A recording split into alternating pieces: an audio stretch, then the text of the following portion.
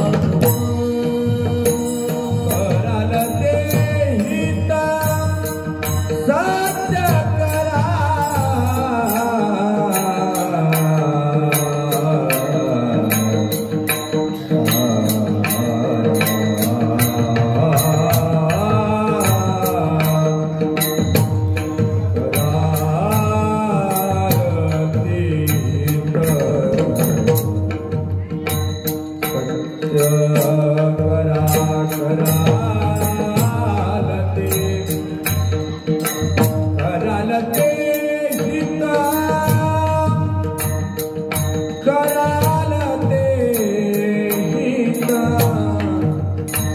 करा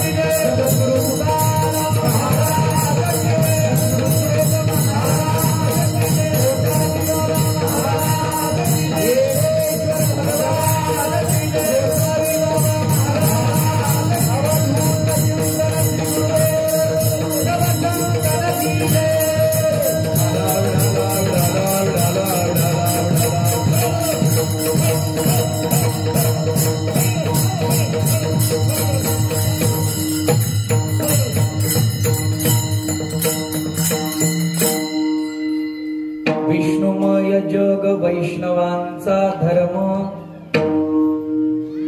विष्णुमय जग वैष्णवांचा धर्म, भेदा भेद भ्रम अमंगळ,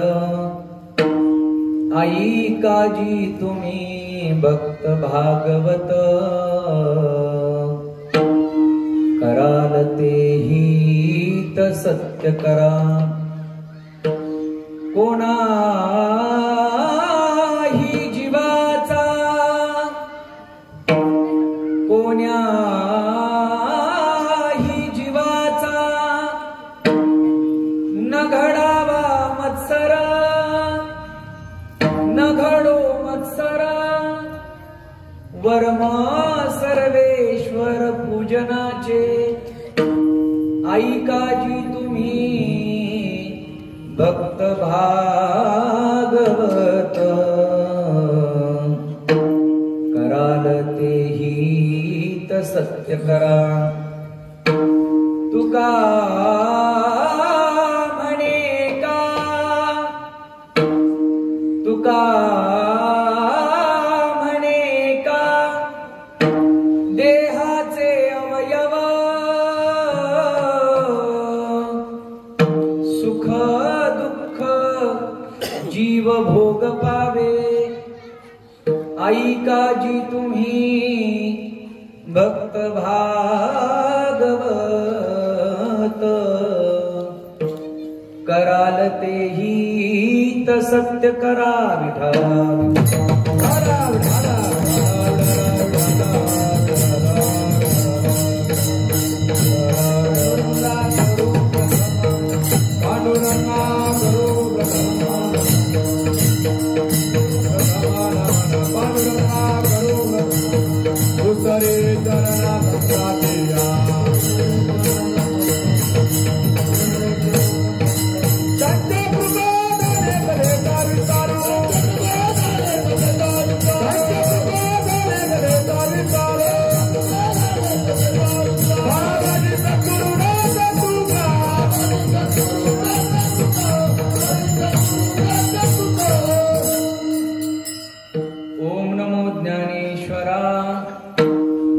करुणाकरा दयाळा तुमचा अनुग्रह लाधलो पावन झालो चराचरी तुकाराम तुकाराम नाम घेता कापेयम धन्य तुकोबा समर्थ जेने केला पुरुषार्थ या कुंदेंदु तुषारहार धवला या शुभ्र वस्त्रावृता या वीणावर दंडमंडित करा या श्वेत पद्मासना या ब्रह्माच्युत शंकर प्रभृतिभिर देवै सदा वंदिता सामां पातु सरस्वती भगवती निशेष जाट्यापहा संपाद्य ज्ञानञ्च विधाय भक्तिं विलोकितो येन समाधिराजः वैराग्यवन्तं सुविचारयुक्तं नमामि जोगं शिरसा गुरुं आत्मरूप गणेशो केलिया स्मरण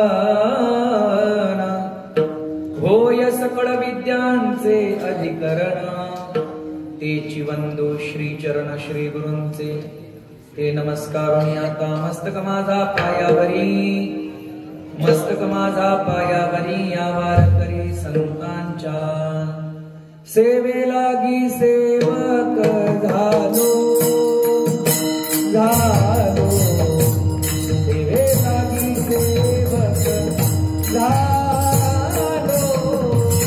सेवे लागी सेवक झालो झालो सेवे लागी सेवक झालो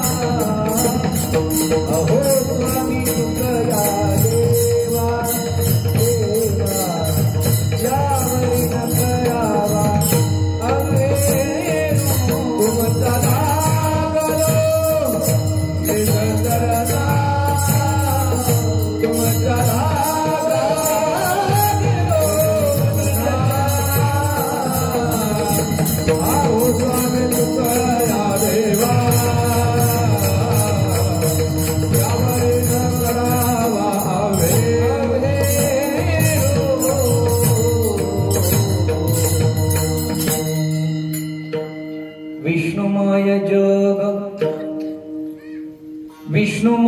जग वैष्णवांचा धर्म, भेदाभेद भ्रम अमंगळ, आई काजी तुम्ही भक्त भागवत,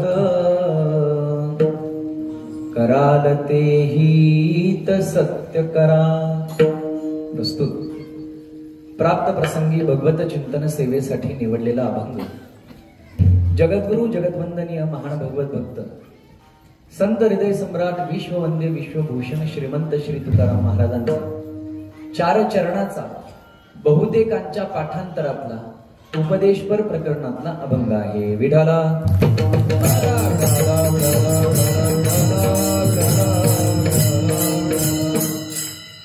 महाराज या अभंगातून जो उपदेश करत आहेत, वर्तमान काळामध्ये या उपदेशाची नितांत आवश्यकता आहे. आपलं जीवन उन्नत व्हावं, उत्क्रांत व्हावं, भगवत प्रिय व्हावं, भगवत कृपेस पात्र व्हावं, याकरता आपल्या जीवन जगण्याची पद्धती कशी असावी, परमार्थाची साधना करत असताना किती व्यापक दृष्टिकोन आपला असावा, या अनुषंगाने एक महत्वाचा विचार या अभंगातून जगद्गुरु तुकाराम महाराज आपल्या समोर ठेवत आहेत. आपल्या प्राप्त वेळेमध्ये आपण या अभंगाचं विस्ताराने चिंतन करूच, परंतु भगवान दत्तात्रेयांच्या अवताराचं आणि मंदिराच्या मूर्तींच्या जीर्णोद्धार आणि मूर्ती प्राण प्रतिष्ठापनेच्या निमित्ताने चालू असलेला आपला हा भव्य दिव्य असणारा अखंड हरिनाम सप्ताह या वर्षी 37व्या वर्षामध्ये पदार्पण करत असताना त्रितपपूर्ती संपन्न करून आता सुवर्ण महोत्सवाकडे आपली वाटचाल चालू आहे. आपला परमार्थ आणि त्या परमार्थाला आता सोन्याची झळाळी काही दिवसांनी येणार आहे. आणि म्हणून अत्यंत श्रद्धायुक्त अंतःकरणाने, भावनेने, भक्तीने आपण सर्व मंडळी, माता भगिनी, पुरुष मंडळी, अबालवृद्ध सगळे या कार्यक्रमामध्ये सहभागी होतात. सगळ्यांचं मोलाचं सहकार्य या कार्यक्रमाला लाभतं आणि या निमित्ताने या 37व्या वर्षामध्ये पदार्पण करत असताना आजची 3य दिवसाची सेवा माझ्याकडे प्राप्त झालेली आहे. खरं तर अन्य ठिकाणी कीर्तन करत असताना आणि आपल्या जन्मगावामध्ये कीर्तन करत असताना अंतःकरणामध्ये असणारा भाव थोडा वेगळा असतो. जसं एखाद्या खेळाडूने आंतरराष्ट्रीय पिचवर खेळावं, पण होम ग्राउंडवर खेळताना जो आनंद असतो, मला वाटतं तो आनंद आज मला इथे मिळतोय. विठाला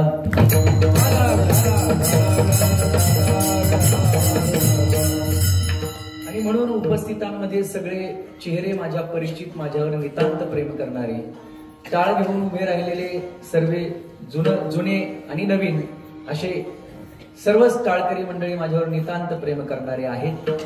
आणि म्हणून इथे येत असताना जसं जे नवं ते हवं, हा जो ट्रेंड आहे, नवीन असलं की नाविन्याचा स्वीकार प्रकर्षाने केला जातो. आणि म्हणून आपल्या माणसांसमोर येत असताना गाठोड्यामध्ये काहीतरी वेगळं आणावं लागत असतं. तसा प्रयत्न या निमित्ताने करावा लागत असतो. आणि म्हणून जगद्गुरु तुकाराम महाराजांचा सुपरिचित असणारा अभंग आज या निरूपणाकरता निवडलेला आहे. मला वाटतं या ठिकाणी धर्ममंडपातून उठत असताना प्रत्येकाला काहीतरी हा अभंग देऊन जाईल आणि या अभंगाच्या द्वारा प्रत्येकाच्या जीवनाला वेगळ्या प्रकारची कलाटणी मिळेल, असा अगदी आदर्शवत एक वेगळ्या प्रकारची ऊर्जा भरलेला हा अभंग आहे. संतांचे सगळेच अभंग तुमच्या माझ्यासारख्या पामराला पथदर्शक असतात, मार्गदर्शक असतात. परंतु काही अभंगाचा विचार करत असताना ते अभंग आपल्याला अत्यंत जिव्हाळ्याचे वाटतात, जवळचे वाटतात. मला वाटतं या अभंगातला जो भावार्थ आहे किंवा या अभंगाच्या मागची तुकोबांची जी तळमळ आहे ती समाज मन ढवळून काढणारी आहे. विठाला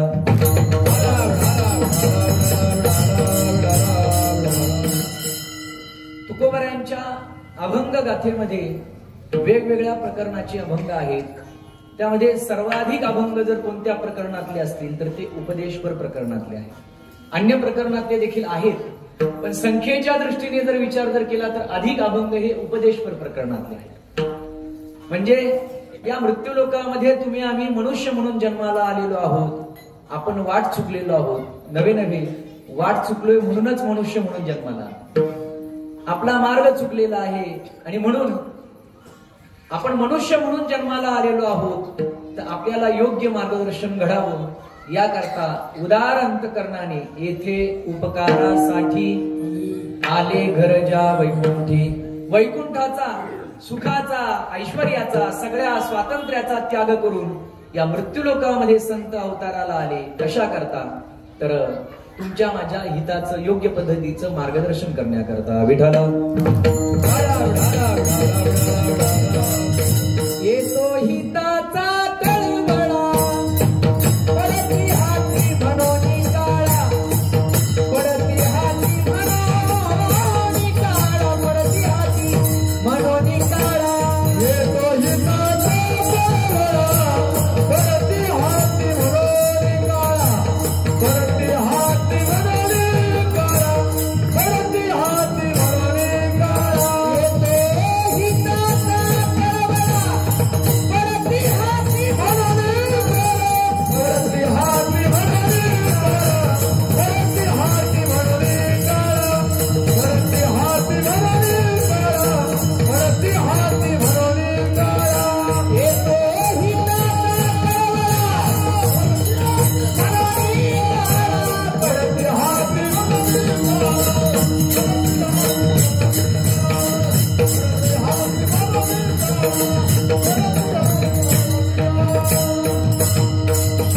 काळा. काळा हाती पडती म्हणून हिताचा कळवळा येतो. तुम्ही आम्ही काळाच्या चपाट्यामध्ये सापडणार आहोत, काळाच्या मुखामध्ये गिळंकृत होणार आहोत, म्हणून आपल्या हिताचा कळवळा घेऊन संत या मृत्यूलोकामध्ये अवतरले. शोधोनिया आले संत हिताहित जगाचे. संत या मृत्यूलोकामध्ये कोणतं कार्य करण्याकरता आले, तर आपलं जे प्रधान हित आहे, प्रधान म्हणजे महत्वाचं जे हित आहे, जे आपण मिळवलंच पाहिजे, जे आपलं परम कर्तव्य आहे, की जे आपण साध्यच केलं पाहिजे, हे साध्य आपल्याला कळावं म्हणून त्या साध्याची जाणीव करून देण्याकरता हे कृपाळू दयाळू असणारे संत या मृत्यूलोकामध्ये अवताराला आले. आणि अवताराला आल्यानंतर मग प्रत्येक जीवाला त्यांनी न्याहाळलं, पाहिलं. आणि पाहिल्यानंतर जशी ज्याची योग्यता, जसा ज्याचा अधिकार, ज्याचा जसा स्तर आहे, जशी ज्याची कुवत आहे, ऐपत आहे, त्या पद्धतीने संतांनी काय केलं तर उपदेश केलेला आहे. ज्याचा जसा अधिकार तैसा करू साहेब जे त्यास तैचे दे, साहेब जे त्यास देवी द्यावे द्यावे.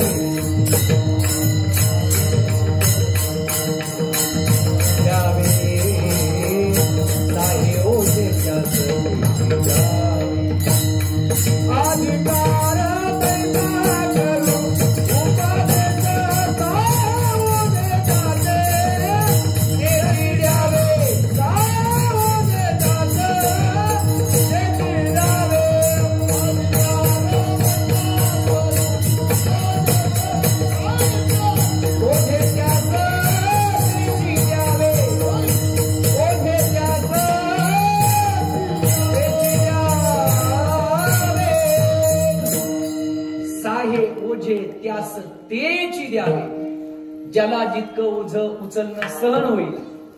मुंगीवरी भार गजाचे पालान, ज्याचं जसं ओझ घेण्याचं कुवत असेल, योग्यता असेल, त्या पद्धतीने आपण त्याच्या डोक्यावर भार देत असतो. तसे संत सुद्धा अधिकार तैसा दाबीला मार्ग चालत आहे मग कळवाने. जसा ज्याचा अधिकार, जशी ज्याची योग्यता, जे ज्याचं क्षेत्र, त्या प्रत्येक क्षेत्रातल्या व्यक्तीला जगद्गुरु तुकाराम महाराजांनी मार्गदर्शन केलेलं. सर्व स्तरातले एखादा भाविक आला आणि तो जर म्हटला, महाराज या क्षेत्रातल्या व्यक्तीला तुकोबारायांचं मार्गदर्शन आहे का, तर मी गाथ्यातून तुम्हाला शोधून देईल. प्रत्येक स्तरातल्या व्यक्तीला तुकोबारायांनी यथायोग्य पद्धतीचं मार्गदर्शन केलेलं. आपण सर्व शेतकरी मंडळी आहात, श्रमजीवी आहात, अहोरात्र काबाड कष्ट करणारे आहात. शेतकऱ्याला उपदेश करत असताना महाराजांनी काय म्हणावं? मढे झाकोनिया करीती पेरणी, कुणबियाची वाणी लवला हो. अरे बाबा, शेतकरी आहे, नावाचा आणि सातबाऱ्याचा शेतकरी होऊन चालत नाही. प्रगतशील शेतकरी व्हायचा असेल तर त्याला काहीतरी मॅनेजमेंट करणं गरजेचं आहे. तशी शेती होत नाही. शेती करता पूर्व तयारी लागते, पूर्व नियोजन लागतं. आता मी तुम्हाला शेतीबद्दल वेगळं काय सांगावं, तुम्ही त्यातले सगळे तज्ञ आणि निष्णात आहात. शेती करायची म्हटली की आधी पूर्व तयारी करावी लागते आणि ती पूर्व तयारी करत असताना पूर्वीचा काळ पावसावर शेती. घरातला एखादा बुजुर्ग व्यक्ती मृत पावला आणि पाऊस पडणार आहे आणि पेरणीचे दिवस आलेले, तर जातीवंत शेतकऱ्याने नारायणगावला फेरफटका मारायला जाऊ नये. मग त्याने आधी पेरणी करावी. मढे झाकोनिया करीती पेरणी कुणबियाची वाणी लवलाव. म्हणजे ज्याचा जसा अधिकार, ज्याची जशी योग्यता, त्या पद्धतीने तुकोबरायांनी प्रत्येकाला उपदेश केलेला आहे. प्रत्येकाला उपदेश केला, प्रत्येकाला. म्हणजे मला असं वाटतं हे उपदेशाचं प्रकरण जर वाढवलं तर कीर्तन संपेल, पण उपदेशाचे प्रकार संपणार. शाळेत जाणारा विद्यार्थी साधक आहे. काळ सारावा चिंतने एकांत वासी गंगा स्नाने देवाच्या पूजने प्रदक्षिणा तुळशीच्या युक्त आहार विहार निम इंद्रियासी सार. आता शाळेत जाणारे विद्यार्थी समोर बसले नाही तर सांगायचं पण नाही का. पण जो शाळेत जाणारा विद्यार्थी, विद्यार्जन करणार आहे, असा जो विद्यार्थी, त्याने प्राधान्य दिलं पाहिजे विद्या आत्मसात करण्याकरता. म्हणून त्याची वृत्ती साधकाची दशा उदास असावी. मग त्याचं इन्स्टाला अकाउंट नकोय, त्याचं फेसबुकला अकाउंट नकोय, त्याने फॉलोअर्स किती झाले हे नाही पाहिजे. मग अभ्यासात लक्ष द्यायचं. उपाधी नसावी अंतर्बाह्य, अंतर्बाह्य उपाधी नसावी. त्याचं फक्त ध्येय जर का असावं तर अभ्यास, अभ्यास आणि अभ्यास. म्हणून अभ्यासाचं महत्व कधी काळी मला वाटतं मी कीर्तनातून सांगितलंय. अभ्यासासी सांग ओले मुळ भेदी, कीर्तन झालेलं आहे या अभंगावर. आणि म्हणून अभ्यास करणारा जो विद्यार्थी त्याने अभ्यासातच लक्ष दिलं पाहिजे. बाकीच्या फापट पसाऱ्याकडे त्यांनी लक्ष देता कामा नये. त्याने वृत्ती एकाग्र करून चिंतन केलं पाहिजे, अध्ययन केलं पाहिजे. म्हणजे जसा ज्याचा अधिकार, जे ज्याचं क्षेत्र. संसारिक आहे जोडून या धन उत्तम व्यवहार. तुका म्हणे नाही का, हेची आश्रमाचे फळ परमपद बळ वैराग्याचे. ब्रह्मचारी, गृहस्थी सगळ्यांना महाराजांनी उपदेश केलेला आहे. आणि मग अशा पद्धतीने ज्याचा जसा अधिकार त्या पद्धतीने महाराजांनी उपदेश केलाय. महाराज उपदेश करत असताना कधी कधी समष्टी करतात आणि कधी कधी व्यष्टी करतात. व्यष्टी म्हणजे व्यक्तीपुरता उपदेश करणं, याला व्यष्टी म्हणतात. आणि समष्टी म्हणजे सगळ्यांना उपदेश करणं, याला समष्टी उपदेश म्हणतात. समष्टी उपदेश करत असताना महाराजांनी काय म्हणावं की बाबांना, तुम्ही या मृत्यूलोकामध्ये मनुष्य म्हणून जन्माला आलेला आहात ना. या येडगाव मध्ये, हंडेमळ्यामध्ये तुमचा जन्म झालेला आहे ना. आता तुम्ही धर्म मंडपामध्ये कीर्तन ऐकण्याकरता आलेला आहात ना. कीर्तनाकरता श्रोते म्हणून समोर बसलायत ना.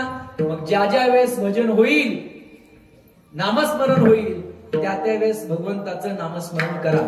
म्हणून आम्ही तुम्हाला म्हणत असतो, टाळी वाजवा, भजन करा, टाळी वाजवा, भजन करा. का? कारण तुमच्याकडून काहीतरी परमार्थाची साधना घडली पाहिजे. असं महाराजांनी वारंवार सांगावं आपल्याला की तुम्ही भजन करा. का? कारण भजन जर नाही केलं तर जन्म आपला वायाला जातो. सांगतो तुम्हासी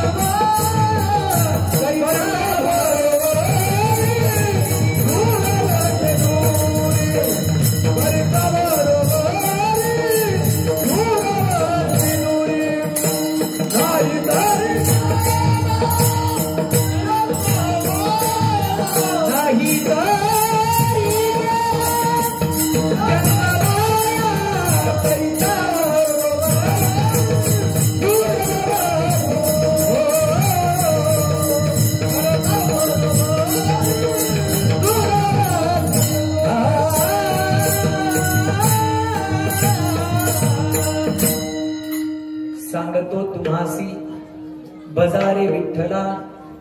आपण मनुष्य म्हणून जन्माला आलेलो आहोत. प्रत्येकाने भगवंताचं भजन करणं अनिवार्य आहे. मग तो पामर असो, विषयी असो, जिज्ञासू असो, अथवा मुक्त असो, ज्ञानी असो.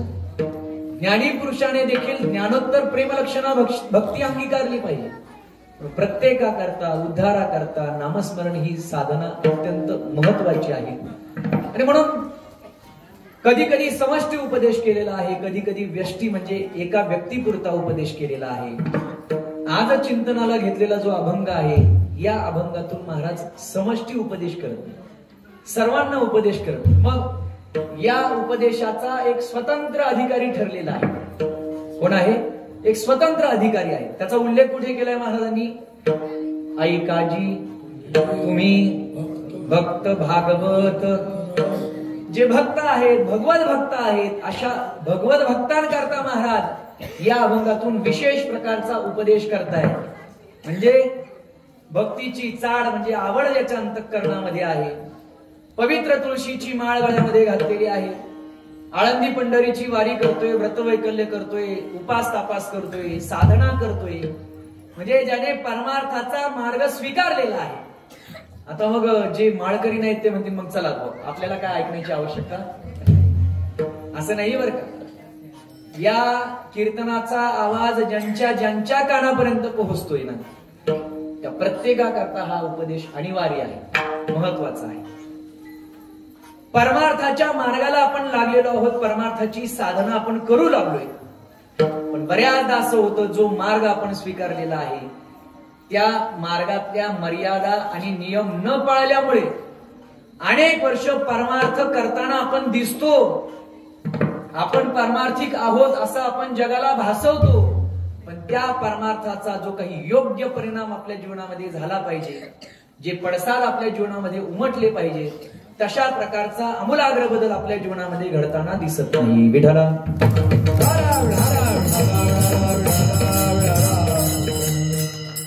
महाराज, औषध घेतलं म्हटल्यानंतर औषधाचा परिणाम झाला पाहिजे.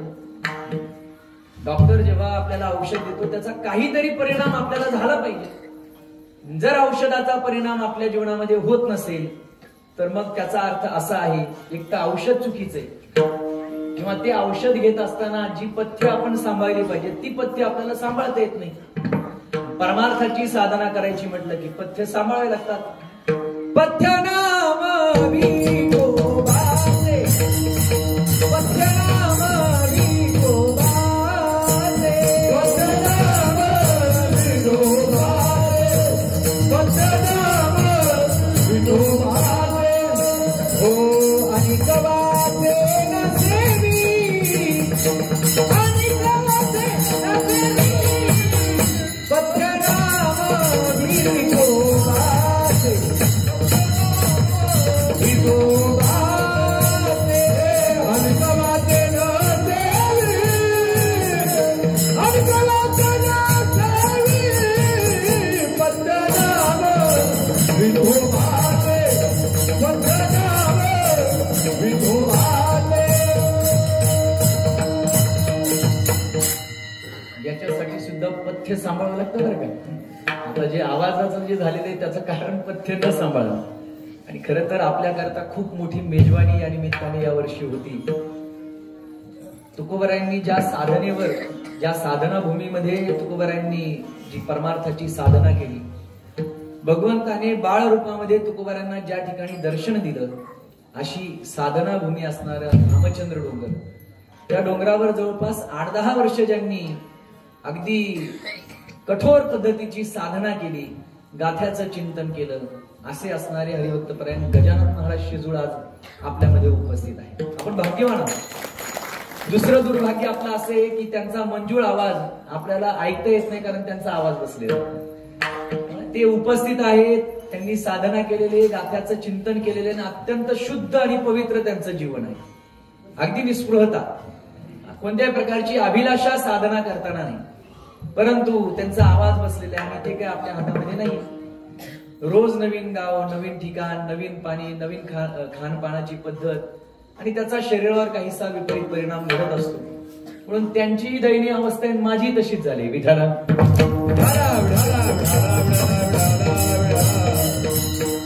मला वाटतं 15 वर्ष होऊन गेली असतील. तुकोबांची हृदय स्पंदनी नावाची कॅसेट अख्ख्या महाराष्ट्रभर गाजली, आणि ती गाजली. त्या कॅसेटचा आवाज जर कोणाचा असेल तर तो गजानन महाराज. कदाचित तुमच्या कानावरती अभंग देखील पडले असतील.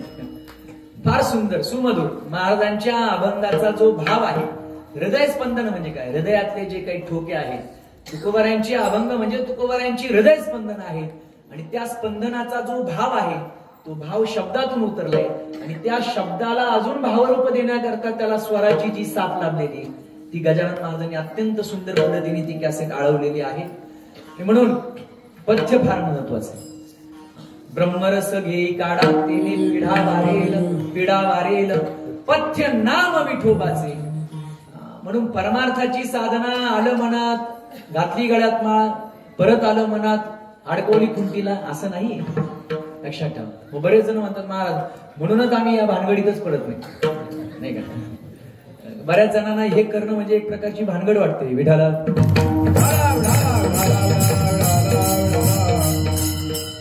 लक्षात ठेवा, याच जन्मामध्ये आपण परमार्थाची साधना करून उद्धार करणार आहोत बरं का. परत नाही का, बहुता दिसा फेरा आला या नगर, परत फेरा येईल सांगू शकत नाही. बाकीच्या फेऱ्याला आपण पुन्हा पुन्हा फिरणार आहोत. म्हणून गांभीर्याने ऐका, लक्षपूर्वक ऐका. आज आपण मनुष्य म्हणून जन्माला आलेलो आहोत ना, उद्धाराकरता काही तळमळ आपल्यालाच करावी लागणार आहे. आपुली आपण करा सोडवण, बाकी कोणी आपला उद्धार करणार नाही. आपल्याला संसारामध्ये अडचण आली तर टेका लावणारे बरेच भेटतील, पण आपल्या उद्धाराकरता अडचण जर आली तर आपल्या उद्धाराकरता कोणाचंही पुण्य कामी पडणार नाही. आपल्यालाच आपल्या उद्धाराची तजवीज करावी लागणार आहे, प्रयत्न करावे लागणार आहेत. आणि म्हणून परमार्थाची साधना आपण करतोय आणि साधना करत असताना जर साध्य जर आपल्याला मिळत नसेल किंवा साध्याच्या दिशेने जर आपली वाटचाल होत नसेल तर लक्षात ठेवायचं, एक तर साधना चुकते किंवा साधना चुकीची अवलंबलेली आहे किंवा साधना करत असताना आपण त्या साधनेचा चुकीच्या पद्धतीने स्वीकार केलाय. विठाला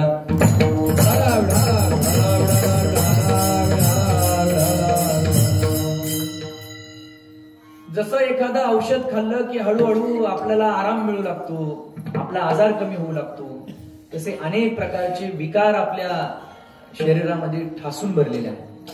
काम, क्रोध, लोभ, मद, मत्सर आणि दंभ, अहंकार, अनेक अगदी म्हणजे काय म्हणतात त्याला, विकारांची मूर्ती म्हणजे आपण आहोत. आणि मग परमार्थाच्या मार्गाला लागल्यानंतर जर याच्यामध्ये आमूलाग्र बदल घडत नसेल, आपला क्रोध जर आवाक्यात येत नसेल, इतरांबद्दलचा मत्सर जर आपला कमी होत नसेल, इतरांविषयी असणारी दुर्भावना जर आपल्या मनातून संपून जात नसेल, तर समजायचं आपण फक्त परमार्थाचं काय करतोय, प्रदर्शन करतोय. परमार्थ खऱ्या अर्थाने आपल्या अंगीभूत झालेला नाही. लक्षात ठेवा. परमार्थ म्हणजे काय, जीवनाला काहीतरी कलाटणी मिळाली पाहिजे. परमार्थ करायला लागला आणि शरीराचं सौष्ठव वाढलं म्हणजे प्रगती झाली असं नाही. म्हणजे माळ घातल्यानंतर मग तब्येत झाली, गावोगाव फिरायला लागला, लोकांचं खायला लागला, मग तब्येत सुधारली नाही का. शरीरातला बदल म्हणजे परमार्थातला अनुकूल बदल नाहीये. आपल्या स्वभावामध्ये, आपल्या विचारामध्ये जर बदल घडत असेल, आपल्या कृतीमध्ये, आपल्या वागण्यामध्ये बदल घडत असेल, तर तो बदल योग्य पद्धतीने झालेला आहे असं समजावं लागेल. विठाला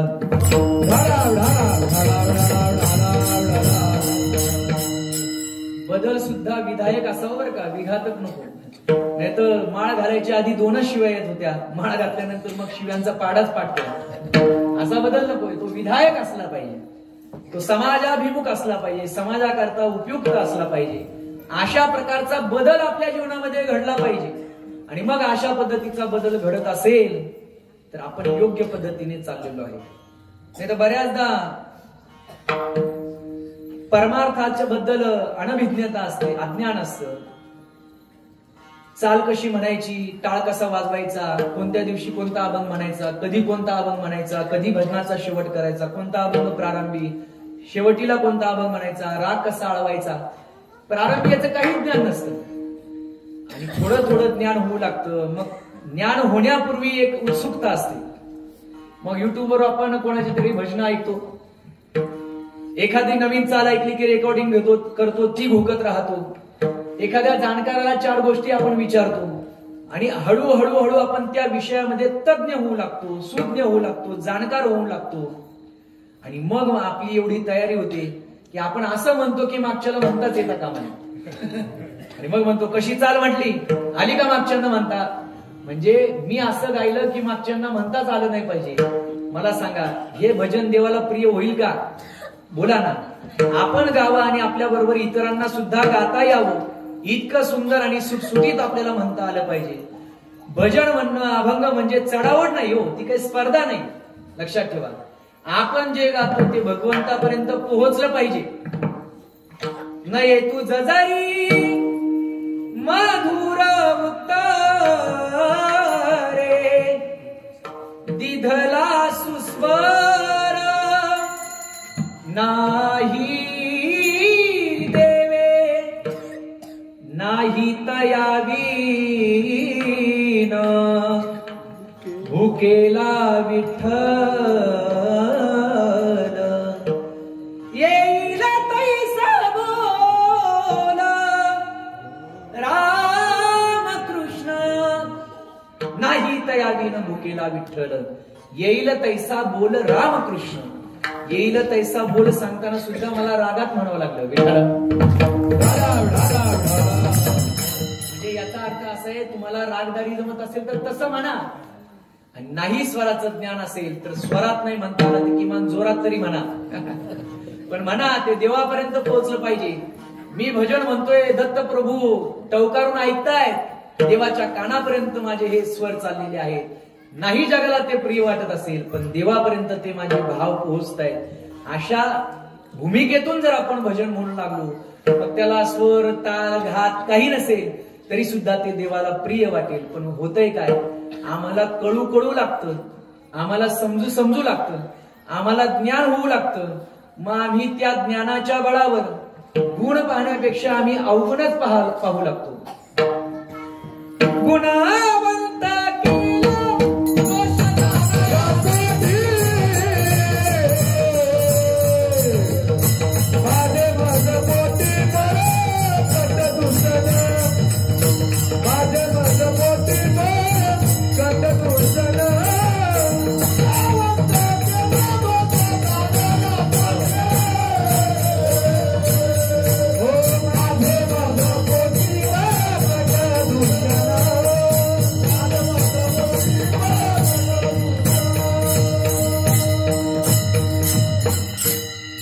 तुकोबारायांनी आपलं मत प्रगट केले ते.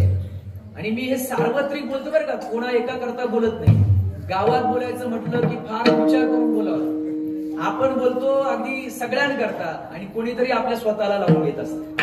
आम्ही बोलतो ते संत वचन बोलतो, आमच्या खिशातलं काही सांगत नाही. तुकोबाराय म्हणतात, गुणवंत केलो दोष जाणायासाठी. दोष जाणायासाठी गुणवंत केलो. लोकांच्या दोषांचं दर्शन करण्याकरता, दोष पाहण्याकरता आम्ही गुणवान झालो. मग एखादा तालात चुकला, स्वरात चुकला, कानामात्रात चुकला की आपण अंगावर धावून जातो. मग तो म्हणतो हे टाळ आणि तुम्ही आणि मंदिर. परत काय मंदिराचं तोंड पाहायचं नाही. मला असं वाटतं, रागवण्याचा अधिकार कोणाला आहे? बोला बोला. चिडण्याचा अधिकार, रागवण्याचा अधिकार कोणाला आहे? रागवण्याचा अधिकार त्यालाच आहे ज्यांनी काहीतरी शिकवण्याचा प्रयत्न केलाय. विठाला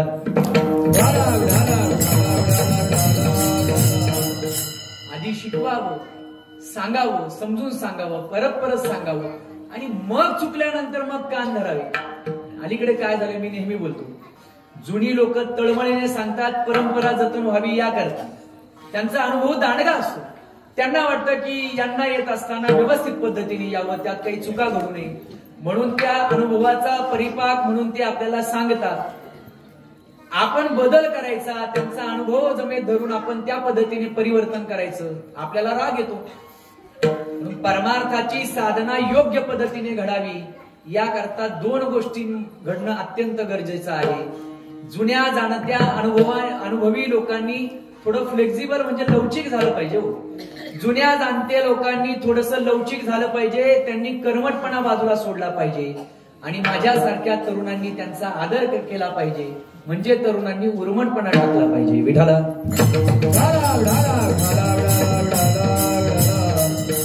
बहुधा तसं घडताना दिसत नाही आणि म्हणून परमार्थाची साधना आपण करतो पण त्या परमार्थाच्या माध्यमातून आपल्या जीवनामध्ये जे काही फळ मिळालं पाहिजे ते फळ मिळताना आपल्याला दिसत नाही. उत्तरोत्तर जसं शाळेचा एक वर्ग पुढे पुढे जात असताना आपल्या ज्ञानामध्ये भर पडते, तसं परमार्थाचं एक एक पाऊल पुढे टाकत असताना आपल्या जीवनामध्ये देखील मुलाचं परिवर्तन घडणं गरजेचं आहे. आणि मग ते परिवर्तन घडताना दिसत नाही, ते परिवर्तन घडताना समाजामध्ये दिसत नसल्यामुळे तुकाराम महाराजांना वाटतंय की आता या अशा भगवत भक्ती करणाऱ्या लोकांना थोडंसं मार्गदर्शन करणं गरजेचं आहे. आमचे गुरुजी नेहमी म्हणतात की हातातल्या घड्याळाची वेळ चुकली तरी काय हरकत नाही, पण चौकातल्या घड्याळाची वेळ व्यवस्थित असली पाहिजे. विठ्ठला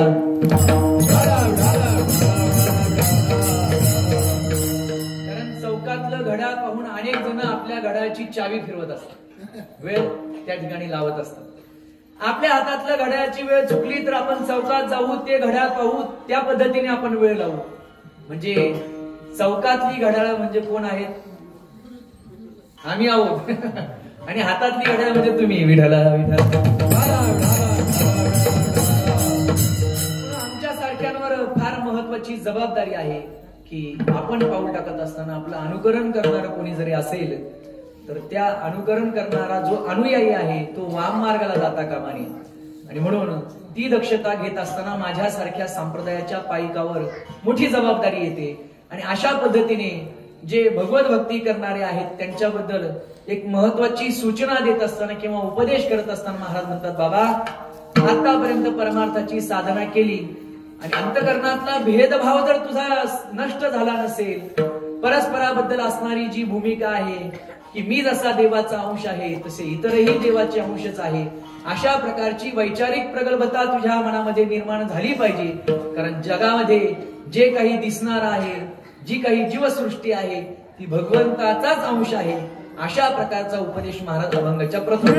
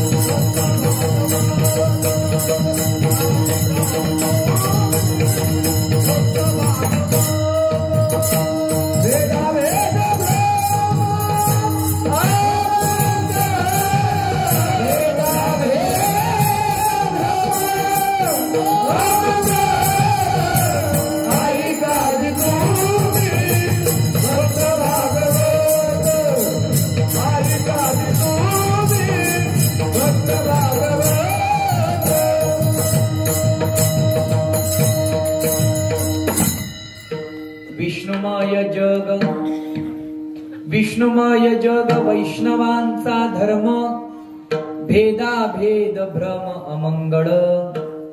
अत्यंत महत्वाचं मार्गदर्शन उपदेश महाराजांनी या अभंगाच्या प्रथम चरणातून केलेला आहे. महाराज म्हणतात की बाबा हे जग जे आहे ना, घट घट मे राम रमैया, सर्वा घटी राम देहादेही एक. चेहरे वेगळे असतील, नाव वेगळे असतील, जात धर्म वेगळा असेल, कदाचित वेगवेगळ्या प्रकारची माणसं या जगामध्ये आपल्याला दिसत असतील, पण लक्षात ठेवा ही सगळी भगवान परमात्म्याची स्वरूप आहे.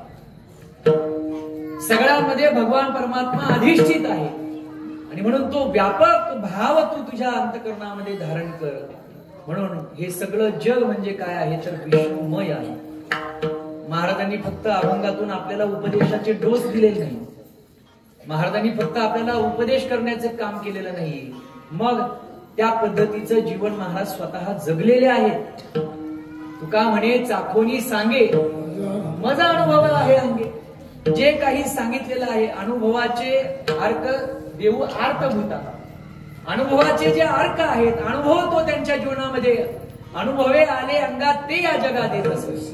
म्हणजे ते अनुभव त्यांनी त्यांच्या जीवनामध्ये अंगीकारले, स्वीकारले आणि तो अनुभव आपल्या समोर त्यांनी मांडलेला आहे. लक्षात ठेवा, अनुभवाचं जे ज्ञान असतं ना ते अत्यंत परिणामकारक असतं. आपण कोणत्याही क्षेत्रातला अनुभव जमेमध्ये धरत असतो. म्हटले टोमॅटो लावलेत, औषध कोणतं फवारायचं, म्हटले अमक्याला विचारा का, म्हटले त्याचा अनुभव दांडगा आहे. काय म्हणतो, त्याचा अनुभव दांडगा आहे, त्याचा अभ्यास दांडगा आहे, त्याचा अनुभव आहे, अनेक वर्षापासून तो शेती करतोय. म्हणजे कोणत्याही क्षेत्रामध्ये आपण अनुभव गृहीत धरत असतो. आणि तुकोबरायांची वचनं म्हणजे केवळ फक्त बोलघेवडेपणा नसून तुकाराम महाराजांनी ते त्यांच्या जीवनामध्ये उतरवलेले, तशा प्रकारे अनुकरण महाराजांनी केलेले आणि अनुभव महाराजांनी आपल्या समोर मांडलेला आहे. विठ्ठल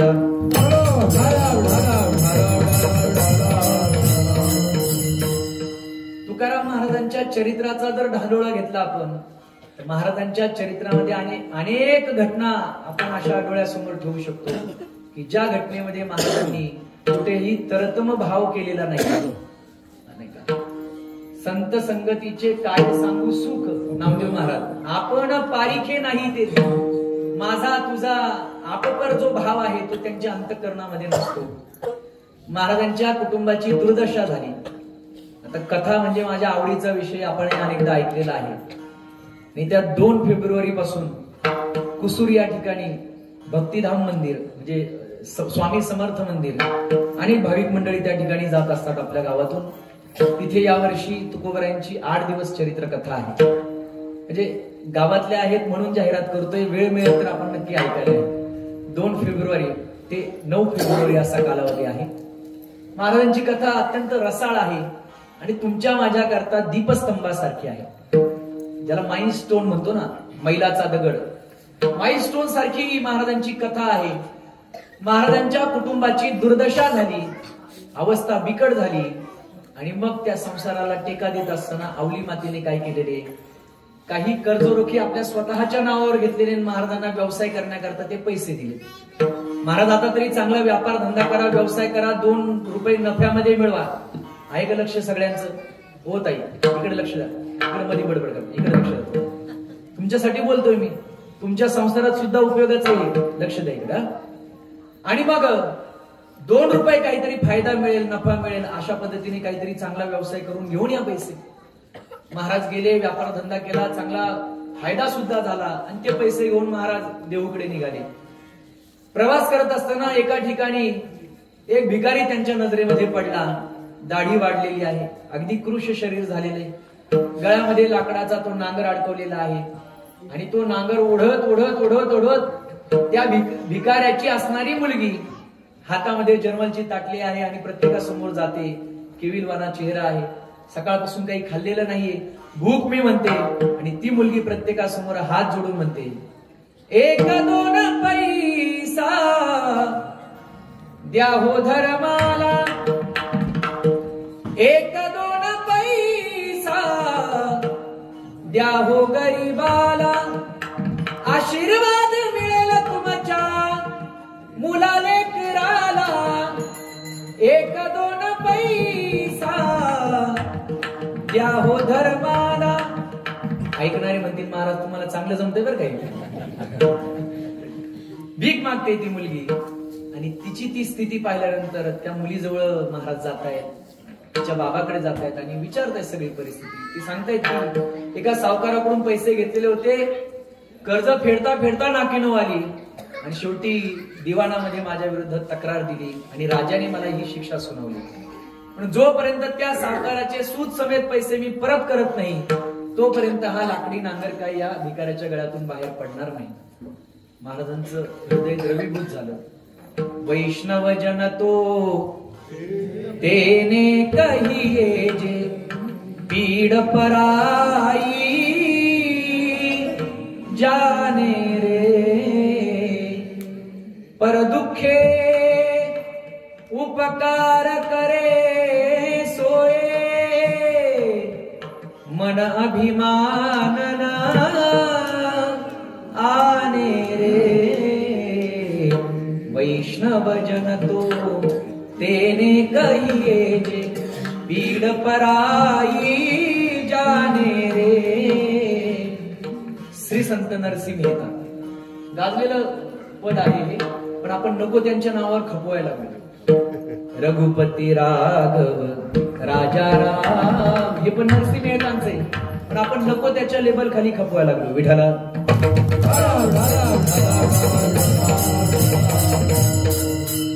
असो, त्याला वैष्णव म्हणतात, त्याला भगवत भक्त म्हणतात, ज्याला दुसऱ्याचं दुःख कळतो नाही का.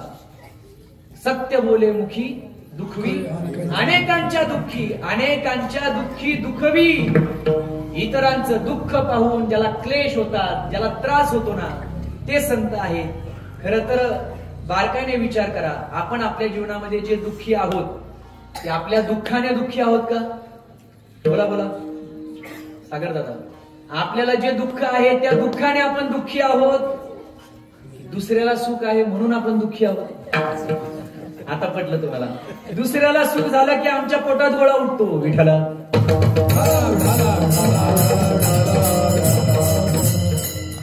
म्हटले महाराजांनी गाडी घेतलीच कशी असेल, कोणत्या बँकेने लोन दिलं, पैसा आलाच कुठून, एवढं घबाड कुठं मिळालं त्याला?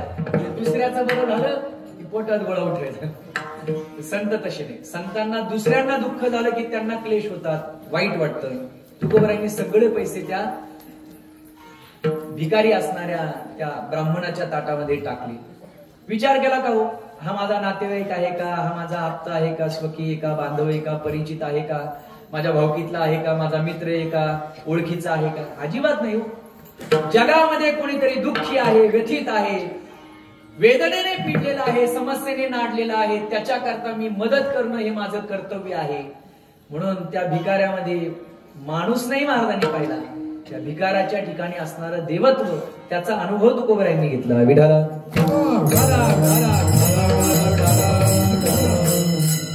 मला सांगा, आपण मंदिरामध्ये गेलो की देवाच्या चरणावर नतमस्तक होतो की नाही?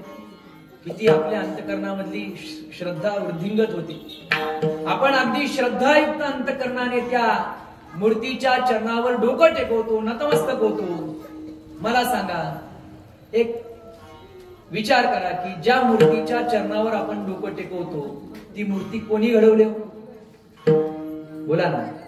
कोणीतरी शिल्पकार आहे का नाही? कोणीतरी शिल्पकार आहे, मूर्तिकार आहे की त्याने ती मूर्ती काय केलेली आहे? घडवलेली आहे. माणसाने घडवलेल्या मूर्तीच्या पायावर जर आपण श्रद्धेने डोकं टेकवत असेल तर देवाने घडवलेली ही मूर्ती किती महत्वाची. विठाला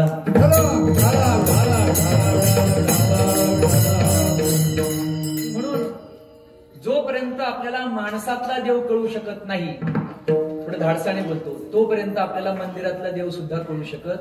पहिलं माणसातलं देवत्व आपण लक्षात घेतलं पाहिजे. असतील थोडे दुर्गुण, असेल थोडस आपल्यापेक्षा वेगळ्या विचाराचा, म्हणून माणूस एकदम अगदी त्याला नाकारायचं ही भूमिका आपली असता कामा नये.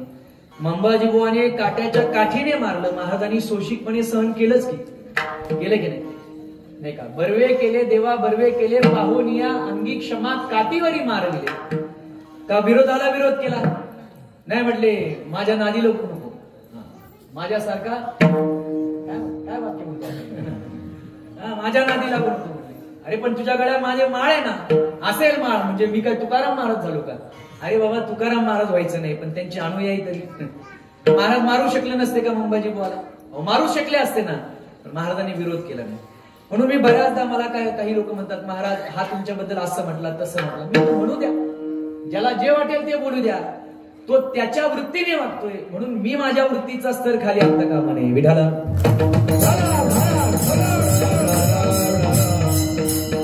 मला खात्री आहे, मला विश्वास आहे, तुकोबाराय जसं म्हणतात, गाढवाचे घोडे आम्ही करू दृष्टी पुढे. गाढव जरी असला तरी आम्ही आमच्या स्वसामर्थ्याने कधीतरी नाही का खेचराच्या मना आणू सात्विकाचा पाना. खेचर जरी असला तरी त्याच्या अंतकरणामध्ये कधीतरी सात्विकतेचा भाव निर्माण होईल, असं आम्ही घडवू. आणि घडवण्याकरता जर समाज तयार होत नसेल तर ही मी म्हणतो माझ्या पुरतं ही समाजाची चूक नसेल, ही माझ्यासारख्याची चूक आहे. विठाला आणि म्हणून भगवान परमात्मा ममय वंशो जीव लोके जीवभूत सनातन मनःष्ठानी इंद्रियानी प्रकृतीस्थानी कर्षती.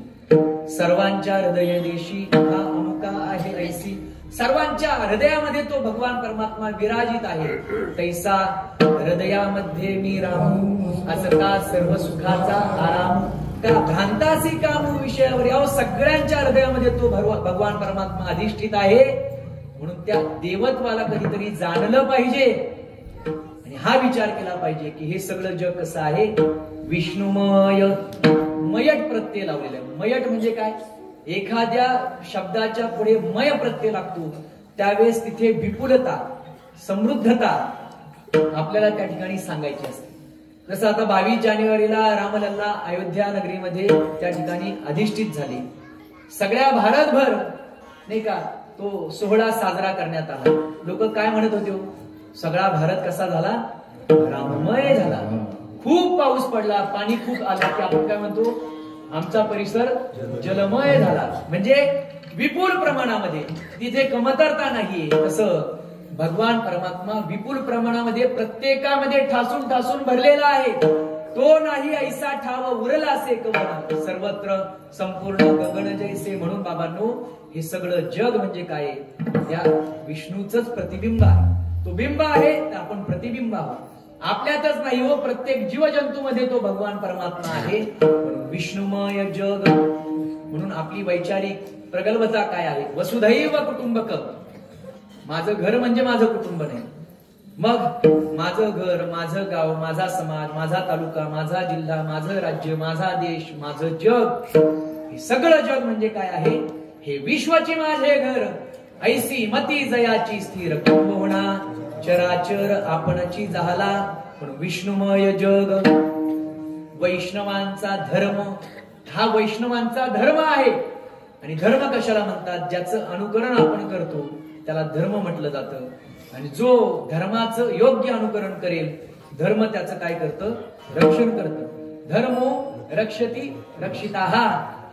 मग वैष्णवाचा धर्म काय आहे की या जगामध्ये भगवान परमात्मा ठाई ठाई भरलेला आहे. त्या भगवान परमात्म्याचं स्वरूप आहे. आणि म्हणून विष्णुमय जग वैष्णवांचा धर्म. पुढे महाराज म्हणतात भेदाभेद भ्रम अमंगळ. भेद आणि अभेद असे दोन्ही जोडून शब्द जरी आलेले असले तरी महाराजांना या ठिकाणी आपल्याला सांगायचे की भेद अमंगळ आहे अभेद मंगळ आहे. भेदाभेद असं दोन्ही शब्द का महाराजांनी इथे वापरले. कधी कधी आपण नारायणगावच्या बाजाराला गेलं किंवा भाजी घेत असताना आपण त्या भाजीवाल्याला काय म्हणतो काहीतरी कमी जास्त करतात. बरोबर ना. काय म्हणतो हे भाजीवाल्यालाच म्हणतो बरं का. हे शेतकऱ्याच्या मालालाच आपण म्हणतो काही कमी जास्त.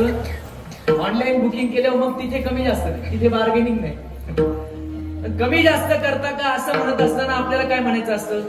10 रुपयाची जोडी 15 रुपयाला देता का. म्हणजे तुम्ही जागेत ना सगळं. 10 रुपयाची जोडी 5 रुपयाला देता का असं आपल्याला म्हणायचं असतं. म्हणजे कमी जास्त असं जरी म्हटलं तरी आपल्याला कमी हे अभिप्रेत असतं. तसं भेदाभेद जरी म्हणत असले महाराज तरी इथे महाराजांना अभिप्रेत आहे. ते म्हणजे भेद हा खऱ्या अर्थाने अमंगळ आहे. विठाला अजूनही याचा थोडा बारकाईने विचार करू शकतो. काय अमंगळ आहे. अभेदाबद्दल असणारी भेदाची भूमिका ही सुद्धा अमंगळ आहे. हे सगळं अभेदाचं आहे नाही का. हे अभेदाचं आहे आणि त्याच्याबद्दल जर भेददृष्टी आपल्या अंतःकरणामध्ये असेल तर मग ते सुद्धा अमंगळ आहे. भेदाभेद भ्रम अमंगळ. आणि म्हणून या जगतामध्ये खऱ्या अर्थाने जे वितंडवाद आपल्याला पाहायला मिळतात त्याचं मूळ कारण जर काय असेल तर ते म्हणजे भेदाभेदाचा विचार. तुका म्हणे भेदाभेद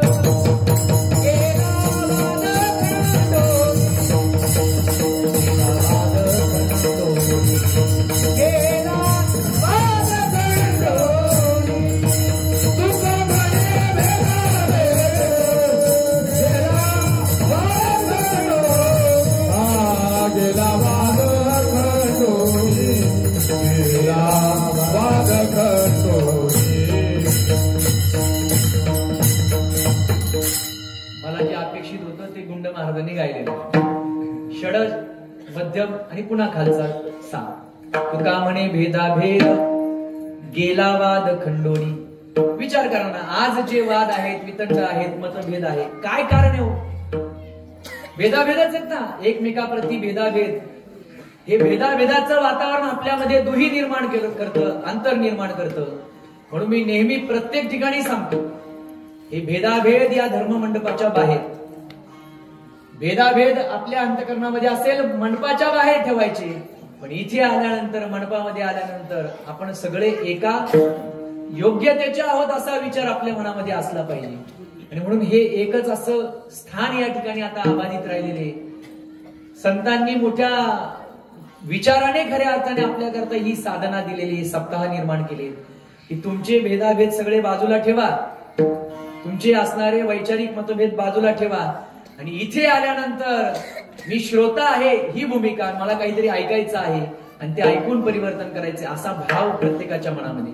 म्हणून 7 दिवस सगळ्यांनी गोळ्यामेळ्याने राहायचं, आनंदाने हा उत्सव साजरा करायचा. ही वैचारिक भूमिका संतांच्या अंतःकरणामध्ये आहे हो.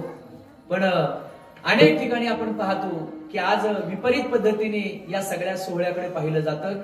आणि म्हणून खऱ्या अर्थाने हा सगळा भेद अभेदाचा जो भाव आहे तो वितंड निर्माण करतो, वाद निर्माण करतो. भेदाची भूमिका संपुष्टात आली की मग तुमच्या माझ्यामध्ये किंतु मात्र फरक राहत नाही. महाराज म्हणतात म्हणून हे भेददृष्टी जी आहे ती अमंगळ आहे. आणि म्हणून मी अगदी हृदयापासून तुम्हाला बोलतोय, अगदी तळमळीने सांगतोय, बाबांनो मी हे जे सांगतोय ते तुम्ही लक्षपूर्वक ऐका. महाराज अभंग ऐका तुम्ही भागवत,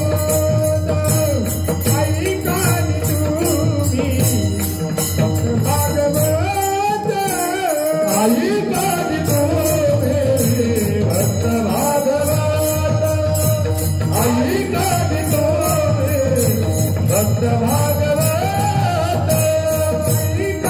तुम्ही भक्त भागवत, ऐका तुम्ही भक्त भागवत, ऐका तुम्ही भक्त भागवत, ऐका तुम्ही भक्त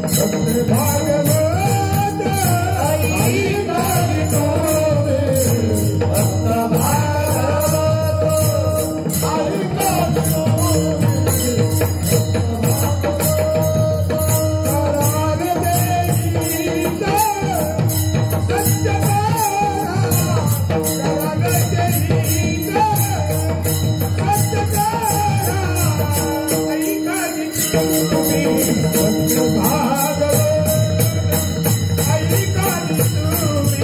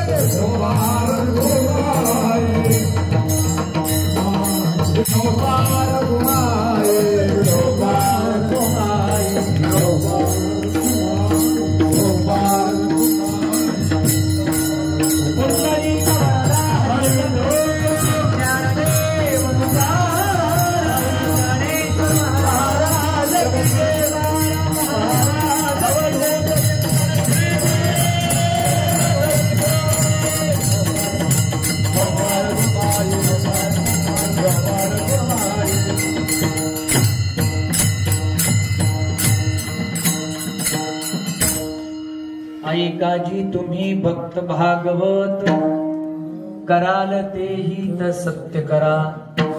महाराज अगदी आदरयुक्त पद्धतीने आपल्या सगळ्यांना या ठिकाणी आवाहन करतायत. भक्त भागवतांनो, भगवंताची भक्ती करणाऱ्यांनो, थोडस मी जे बोलतोय ते लक्षपूर्वक ऐका. फक्त ऐका म्हणतायत का? ऐका पुढे काय म्हटलेले महाराज? ऐकाजी जी कोणाबद्दल बोललं जातं, ज्यांच्याबद्दल आपल्या अंतकरणामध्ये आदरभाव आहे, हो की नाही. पूर्वीच्या काळी मोठ्या माणसांबद्दल बोलत असताना त्यांच्या नावाचा उल्लेख केला जायचा नाही, आणि जर केलाच उल्लेख तर त्याच्या पुढे जी लावलं जायचं. त्या जी उच्चारणातून त्या व्यक्तीला आपल्याबद्दल आदरभाव आहे. कधी आलात महाराजजी असं म्हटलं की अरे आदरभाव आहे, नाही का. म्हणजे जी शब्द उच्चारत असताना समोरच्या बद्दलचा आदरभाव अभिव्यक्त केला जातो. आता तो जी इतका खाली आलेला आहे की पार्लेच्या पुढे सुद्धा लावला जातो.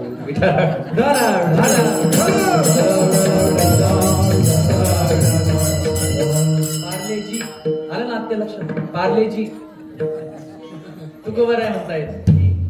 भक्त भाविकांनो, मी जे सांगतोय ते तुम्ही लक्षपूर्वक ऐका, ध्यान द्या. आम्ही पण तुमचं लक्ष आमच्याकडे केंद्रित करतो. का माहितीये का, फार तळमळीने सांगतो ना आम्ही. तुम्हाला सांगतो त्यावेळेस काहीतरी आम्ही वाचतो, काहीतरी ऐकतो आणि मग तुम्हाला सांगतो. आणि तुम्ही जर इकडे तिकडे पाहायला लागले तर आता आजूबाजूला मुलं खेळतात, मला अजिबात त्रास होत नाही त्या मुलांचा. मी उलट म्हणत असतो की इथे आणत चला, खेळू द्या त्यांना या पटांगणामध्ये. या वायुमंडलामध्ये जर ते खेळले तर इथे होणारं वजन जे ते त्यांच्या बालमनावर रुजलं जाईल. आम्ही पण कधीतरी असा धिंगाणा घातलाय म्हणून तरी या व्यासपीठावर उभं राहू शकतो. ओके, म्हणजे इथे लहान मुलांना आणत चला. त्यांनी घरी झोपल्यानंतर त्यांचा उद्धार होणार नाही, पण इथे आल्यानंतर खेळले बागडले ना तर त्यांचा उद्धार होणार नाही. लक्षात ठेवा, लक्षपूर्वक ऐका. मंडपात जे बसलेले आहेत ना, मनाला आलं की उठले.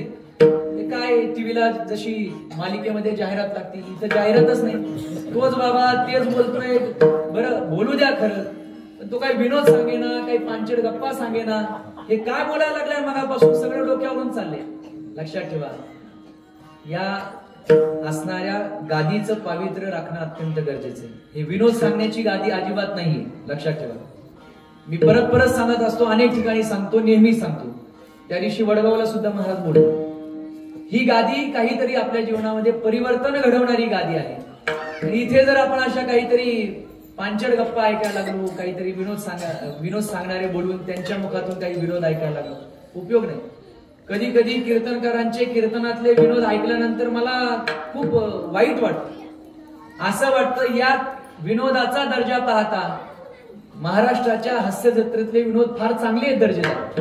इतक्या खालचे विनोद इथे सांगितले जातात आणि आम्ही मात्र त्यांनाच वारंवार बोलवतो. लक्षात ठेवा, इथे तत्वज्ञान ऐकण्यात आलं पाहिजे आणि ऐकलेलं तत्वज्ञान ग्रहण झालं पाहिजे. ग्रहण केलेलं तत्वज्ञान आपल्या जीवनामध्ये उतरलं पाहिजे आणि त्यातून आपलं जीवन घडलं पाहिजे. म्हणून तुकोबर आहे त्या तळमळीने बोलतायत. बोलणारा तुमच्या गावचा श्रीकांत दुराफे नाही, बोलतायत तुकोबर आहे. ऐका जी, ऐका हो तुम्ही भक्त भागवत भगवत भक्तांनो, ऐका जरा माझं म्हणणं. कराल ते हित सत्य करा. जर तुमच्या जीवनामध्ये काय करायचं असेल तर ते काय करा, हित करा. इतरांचं हित आपण चिंतलं पाहिजे, इतरांच्या हिताकरता प्रयत्न केला पाहिजे आणि इतरांचं हित करता करता स्वहित सुद्धा साधलं पाहिजे. मग स्वहित काय असेल तर हित ते करावे, देवाचे चिंतन करोनिया मन एकविध. प्रत्येक मनुष्याचं हित जर कशात सामावलं असेल तर ते भगवत चिंतनामध्ये आहे. म्हणून ते हित आपण केलं पाहिजे. कोणतं हित केलं पाहिजे, सत्य करा. महाराजांनी सत्य म्हटलेले. या जगतामध्ये सत्य काय आहे, सत्य साच खरे नाम विठोबाचे बरे. सत्य तू सत्य तू सत्य तू विठ्ठला. म्हणजे महाराजांना हेच म्हणायचंय की भगवंताचं चिंतन करा आणि इतरांचं आणि स्वतःचं हित करा. आपल्या वागण्यामुळे कुणाला उपद्रव झालाय, त्रास झालाय, आपल्या एखाद्या विधानामुळे काहीतरी समाजामध्ये दुही निर्माण झालेले, भेद निर्माण झालेला आहे, असं जर होत असेल तर आपले विचार आपल्या जवळ ठेवावे. पण समाजामध्ये काहीतरी चांगल्या प्रकारचं परिवर्तन घडत असेल, सगळे हातात हात घेऊन जर चालत असतील तर त्यावेळेस आपण विघ्न आणता कामा नये.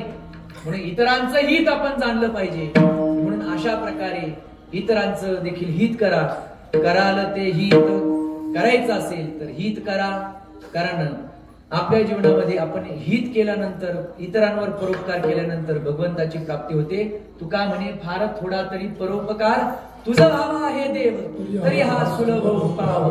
म्हणजे इतरांवर उपकार करणे, इतरांकरता काहीतरी प्रयत्न करणं, हे मानवी जीवनाचं ध्येय असलं पाहिजे. म्हणून कराल ते हित सत्य करा, असं सत्य कर्म करा. आणि ते करत असताना इतरांबद्दल असणारा जो काही मत्सराचा भाव आहे ना, तो तुम्ही तुमच्या जीवनामध्ये काढून टाका. कोणाबद्दलही आपल्या अंतःकरणामध्ये मत्सराचा भाव नसावा. अभंगाचा कोण्याही जीवाचा न घडो मत्सर, कोण्याही जीवाचा न घडो मत्सर,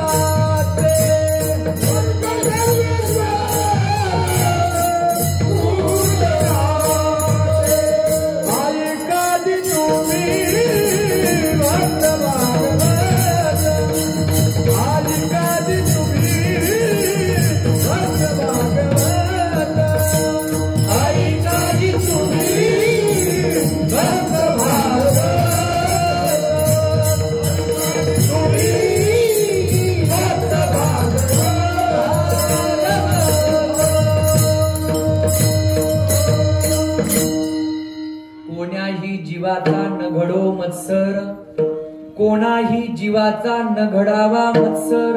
दोन्ही पाठ आहेत. वर्म सर्वेश्वर पूजनाचे. महाराजांनी आपल्याला भगवंताच्या भक्तीचं वर्म सांगितलेलं आहे. देवाच्या पूजनाचं, पूजेचं वर्म महाराज या ठिकाणी सांगतायत. काय आहे भगवंताच्या पूजेचं वर्म? वर्म म्हणजे गुह्य, गुपित. काय आहे? महाराज म्हणतात कोणाही जीवाचा न घडो मत्सर. कोणत्याही जीवाबद्दल आपल्या अंतःकरणामध्ये मत्सराचा भाव असता कामा नये. बोला बरं, किती किती मौलिक उपदेश आहे बरं. हे जर आपण ऐकलं आणि ऐकून आपल्या जीवनामध्ये परिवर्तन झालं समजा, तर आपलं जीवन काय बदलणार आहे? किती पराकोटीचं जीवन बदलणार आहे. आपलं आयुष्य मत्सर करण्यामध्ये चाललो. लक्षात ठेवा, मत्सर आणि मच्छर माणसाला नीट झोप येऊ देत नाही.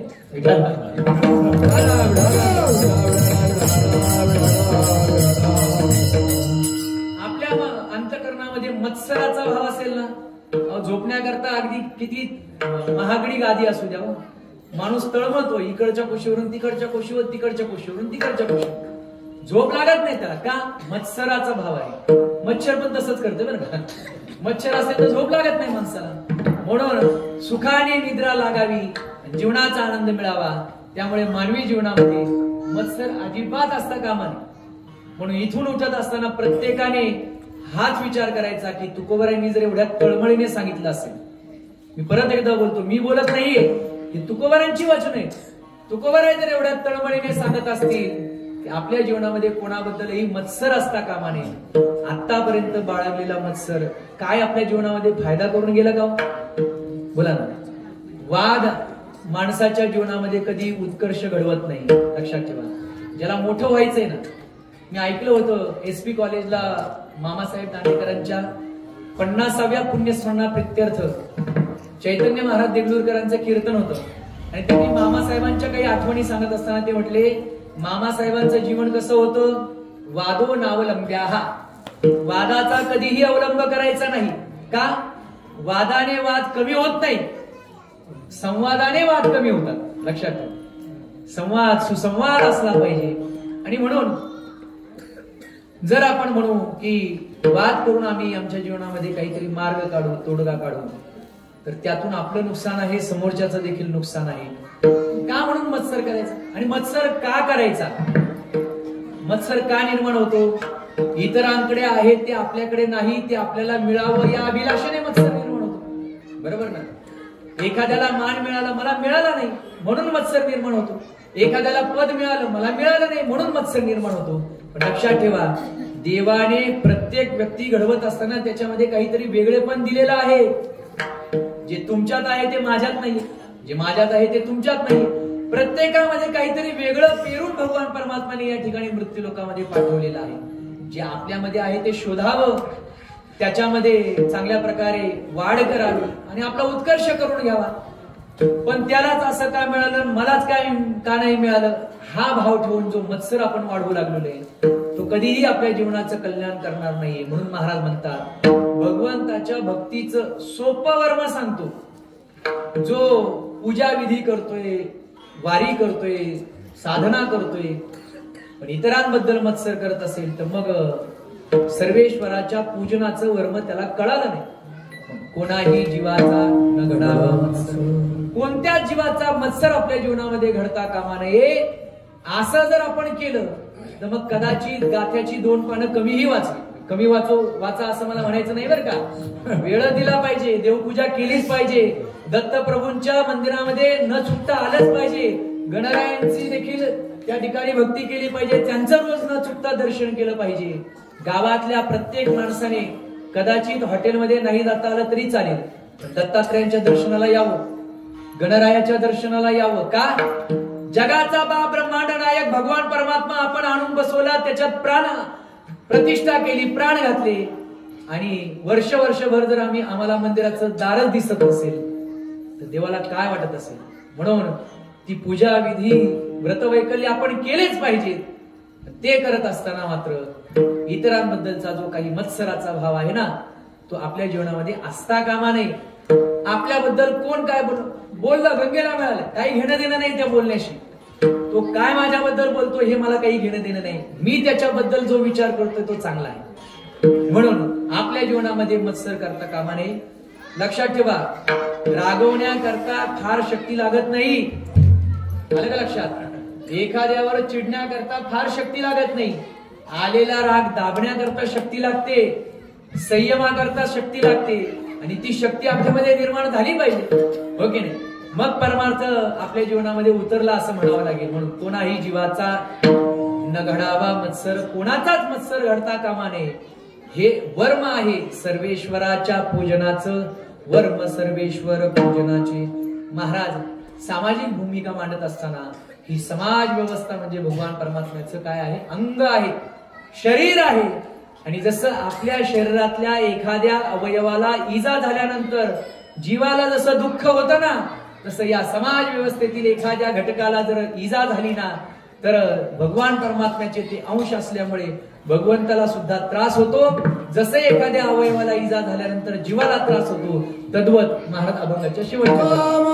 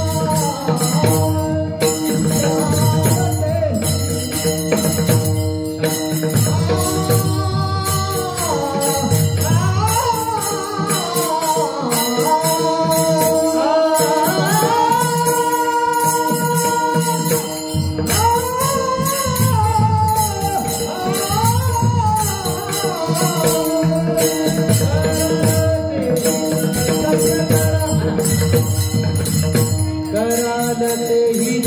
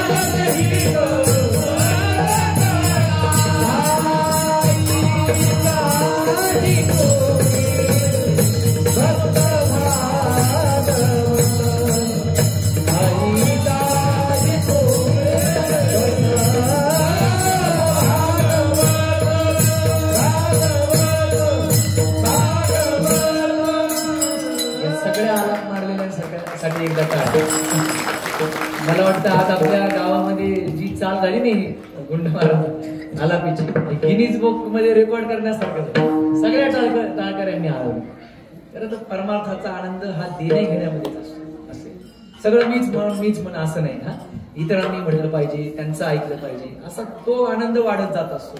म्हणून आपण सगळे एका देहाचे सगळे अवयव आहोत, विभाग आहोत. म्हणून जसं देहाच्या एखाद्या अवयवाला क्षती झाली, इजा झाली, जखम झाली, जीवाला जसा त्रास होतो, वेदना होते, तसं तुका म्हणे एका देहाचे अवयव सुख दुःख जीव भोग पावे. म्हणून एखाद्या कुटुंबातला तरुण जेव्हा जातो ना, तेव्हा त्या कुटुंबाचं नुकसान होत नाही, समाजाचं नुकसान होतं. एखाद्या कुटुंबातला तरुण जेव्हा तरुण जातो ना, तरला जातो, त्यावेळेस त्याच्या कुटुंबाचाच उद्धार नाही, गावाचा उद्धार होतो. म्हणून सर्वांना विनंती असेल, आपण आपला उद्धार करता करता गावाचा करायचा, आपल्या परिवाराचा करायचा, हे सगळं आपण आपलं ठरवलं पाहिजे. आपण कोणता मार्ग निवडलेला, कोणाच्या मागे चाललोय, आपण कोण आदर्श आहेत आपले, आणि त्यांच्या मागे जाऊन ज्या गोष्टी आपण आता अंगीकारलेल्या आहेत, आज मजा वाटेल आपल्याला, आज कदाचित आपण कोणाला जुमानणार नाही, पण ह्या सगळ्या गोष्टीचे विपरीत परिणाम आपल्या स्वतःवर होणार आहे. फार काय लांब सांगायचं, अलीकडचं आत्ताचं लेटेस्ट उदाहरण की ज्याने खऱ्या अर्थाने जगामध्ये क्रिकेट क्षेत्रामध्ये मोठं नाव कमवलं असतं, नाही का. कधी काळी सचिन तेंडुलकर पेक्षा उजवा असणारा विनोद कांबळे, पण आज किती दयनीय परिस्थिती झाली आपण पाहताय ना, सोशल मीडियावर पाहताय ना. कधी काळी 90च्या दशकामध्ये ज्याच्याकडे $1.5 मिलियन होते, आज तो भिकेला लागलेला आहे.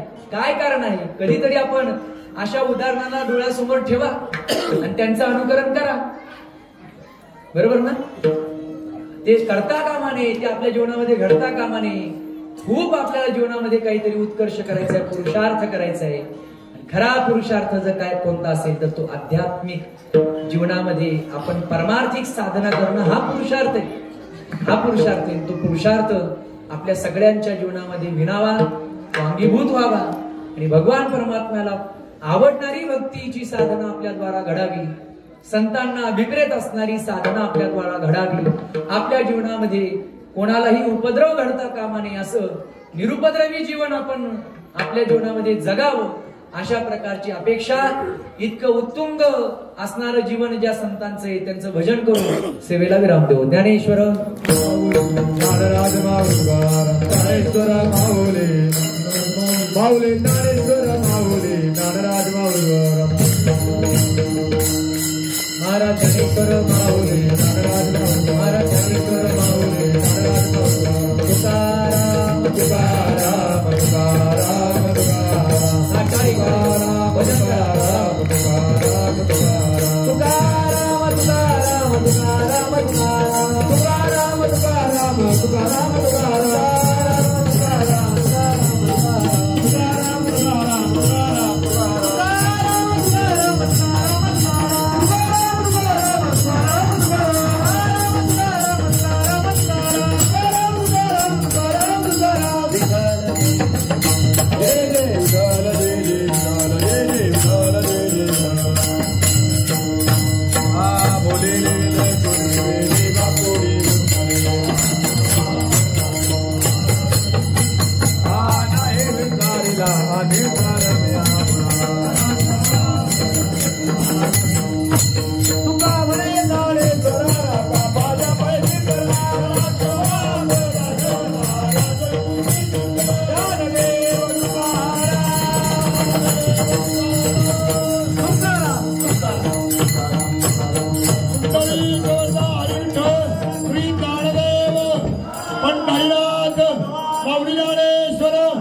सद्गुरु तुकाराम. येडगावचं वैभव हरिभक्त पारायण श्रीकांत महाराज दुरापे यांच्या माध्यमातून या ठिकाणी संपन्न झालेली हरिकीर्तन सेवा. सेवेच्या माध्यमातून महाराजांनी अतिशय मार्मिक शब्दामध्ये जीवन जगत असताना आपल्याकडून कुणाचाही मत्सर घडू नये, अतिशय